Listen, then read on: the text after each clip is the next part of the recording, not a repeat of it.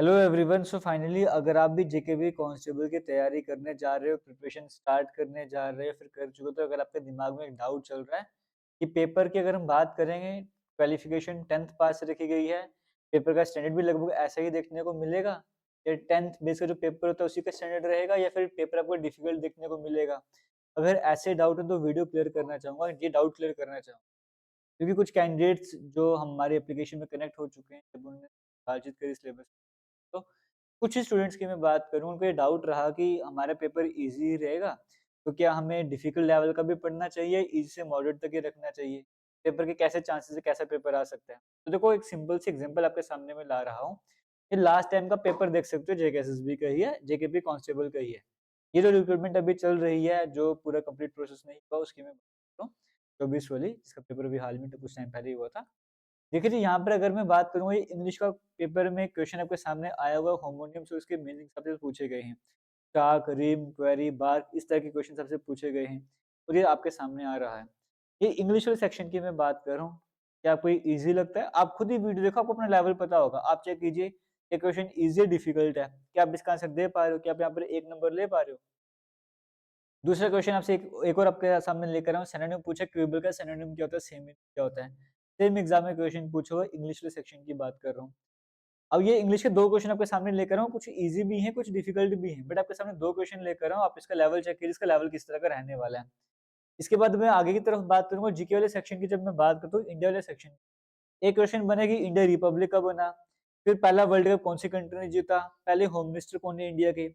अब ये level check कर लो, आप खुद ही अपने हिसाब से। आपको मैं मानता हूँ कि अगर आपने बेसिक्स भी पढ़े होंगे, तो कम से कम 2 क्वेश्चन का आंसर तो आप यहाँ पे सही दे ही जाओगे। इंग्लिश का अगर आपके बेस स्ट्रॉन्ग नहीं था, क्या पता दोनों के आंसर ना दे सकते हो आप, दोनों गलत होते आपके। अगर बट जीके में थोड़ा बेस स्ट्रॉन्ग हो, तो आप दोनों का आंसर दे सकते थे, तीसरा क्या पता, आपके वो डिपेंड करता है आपने कितने लेवल तक पढ़ के रखा हुआ है।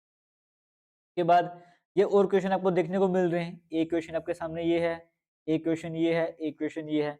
अगर आपने बेसिक बेसिक पढ़ा हुआ है, तो ये क्वेश्चन आपको थर्ड का आंसर जरूर पता होगा, बाकी दो क्या पता हो या ना हो आपके लेवल। तो आपको यहाँ से देख के समझ आ रहा होगा कि आप ये नहीं बोल सकते यहाँ पे कि जो पेपर है वो 10th बेस रहने वाला है, तो मैं बिल्कुल बेसिक्स पढ़ के चला जाऊंगा, या फिर बेसिक से मॉडरेट पढ़ के चला जाऊंगा, इस तरह की तैयारी करके चला जाऊंगा, तो मैं पेपर क्लियर कर लूंगा या फिर पेपर क्लियर कर लूंगी। क्लियरली आपको देखने को मिल रहा है। कुछ और एग्जांपल आपके सामने लाता हूँ। मैथ के 2 क्वेश्चन आपके सामने लेकर आया हूँ। एक एवरेज वाला क्वेश्चन अगर आप देखोगे, तो अगर आपने बेसिक्स पढ़े हैं, तो ये वाला क्वेश्चन आप आराम से कर सकते हो।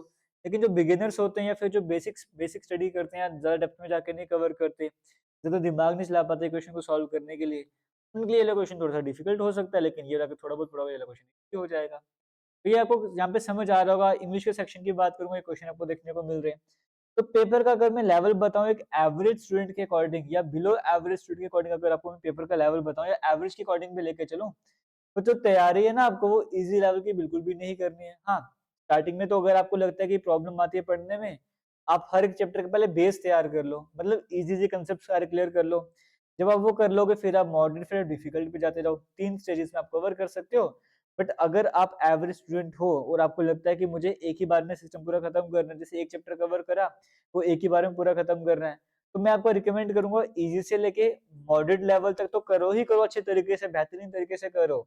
लेकिन जो डिफिकल्ट लेवल होता है, उसको भी टच करने की कोशिश करो। ये आपसे मैं रिक्वेस्ट करूँगा, अगर आप इस बार एग्ज़ाम क्रैक करना चाहते हो, ये बड़ा इम्पोर्टेंट रहने वाला है। लाइटली मत लेना, कंपटीशन भी ज़्यादा है। अब ये नहीं पता कि आपका इस बार इंग्लिश का सेक्शन ईज़ी आ जाए, बट जीके डिफिकल्ट बन जाए, कुछ भी हो सकता है। तो हर एक सेक्शन आपके लिए इम्पोर्टेंट बनता है। हर एक सेक्शन में अपनी उतनी ही मेहनत करनी जितनी किसी पर्टिकुलर सेक्शन में करने जा रहे हो। तभी सिलेक्शन के चांसेस बनेंगे, कंपटीशन ज़्यादा है, मैंने ऑलरेडी आपको बताया है। जो बच्चे लास्ट टाइम एक-एक नंबर से रह गए, वो भी पार्टिसिपेट करेंगे। जिनका एग्ज़ाम क्लियर हो बट पीटी, पीएचडी नहीं कर पाए, वो भी क्लियर इस बार एग्ज़ाम देंगे। क्योंकि यहाँ पे मिनिमम क्वालिफिकेशन 10th पास है, हायर कुछ भी हो सकती है। जो ग्रेजुएट वाले एस्पिरेंट तैयारी करते हैं किसी और एग्ज़ाम की, वो भी यहाँ पे फॉर्म अप्लाई कर रहे होंगे, वो भी आपको कॉम्पिटिशन पार्टिसिपेट करेंगे। अगर आप एवरेज या बिलो एवरेज स्टूडेंट हो, तो आपके पास प्लस पॉइंट सिर्फ यही है कि आपके पास तैयारी करने के लिए 8 से 9 महीने का टाइम कम से कम अभी आपके पास है। तो अगर आप इस 8-9 महीने को अच्छे से यूटिलाइज़ करोगे, आप एक अच्छे लेवल तक पहुँच सकते हो और एग्ज़ाम को ईज़िली क्रैक कर सकते हो। ये प्लस पॉइंट आपके पास है। बाकी आपके पास, आप बोलोगे 3 महीने बाद पढ़ना स्टार्ट करूँगा, तो उससे कुछ नहीं होने वाला है। आपको आज से मेहनत, जो ऑलरेडी एवरेज है, उनको भी मेहनत करने की ज़रूरत है। दोबारा से इतना पढ़ा है, रिवाइज़ कीजिए। 1 लेवल, 2 लेवल, 3 लेवल आगे तक अपनी स्टडी को और कंटिन्यू कीजिए। अपने लेवल को और बढ़ाइए, प्रैक्टिस कीजिए, मॉक टेस्ट वगैरह दीजिए। बाकी हमारी एप्लीकेशन पर भी इसका कोर्स स्टार्ट हो चुका है, लाइव क्लासेस भी स्टार्ट हो चुकी हैं, ऐसे रिकॉर्डेड वीडियोस भी अपलोड हो रही हैं। लाइव क्लास एंड होने के बाद सेव हो जाती है, अगर मिस करते हो तो कभी भी देख सकते हो। कमेंट सेक्शन डिस्क्रिप्शन बॉक्स में आपको लिंक मिलेगा हमारे जेकेपी कांस्टेबल कोर्स का, आप उसे जाके ज्वाइन कर सकते हो। क्लासेस ऑलरेडी स्टार्ट हो चुकी हैं, फिर भी किसी तरह की प्रॉब्लम आती है, आप जेके लेटेस्ट इन्फो के नाम से हमारा इंस्टाग्राम अकाउंट है, वहां पर मुझे मैसेज कर सकते हो। और जेकेपी कांस्टेबल की जो क्लासेस हैं एमसीक्यू वाली, वो हमारे YouTube channel defence and SSC exam पर भी स्टार्ट हो जाएंगी। All the best, thank you, जय हिंद।